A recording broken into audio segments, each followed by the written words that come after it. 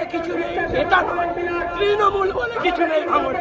শওকত মোল্লা তার পুলিশ দিয়ে গুন্ডা বাহিনী দিয়ে মনে করছে ভাঙড়টা আমার। অ্যাকচুয়ালি ভাঙড়ে তৃণমূল বলে কিছু নেই, আগামী ইলেকশনে বুঝতে পারবে। আমি তো চ্যালেঞ্জ করছি, ওরা পুলিশ বাদে পিসফুলি একবার ভোট করে দেখা, ওরা তুলার মতো উড়ে যাবে। তৃণমূল বলে কেউ নেই ভাঙড়ে।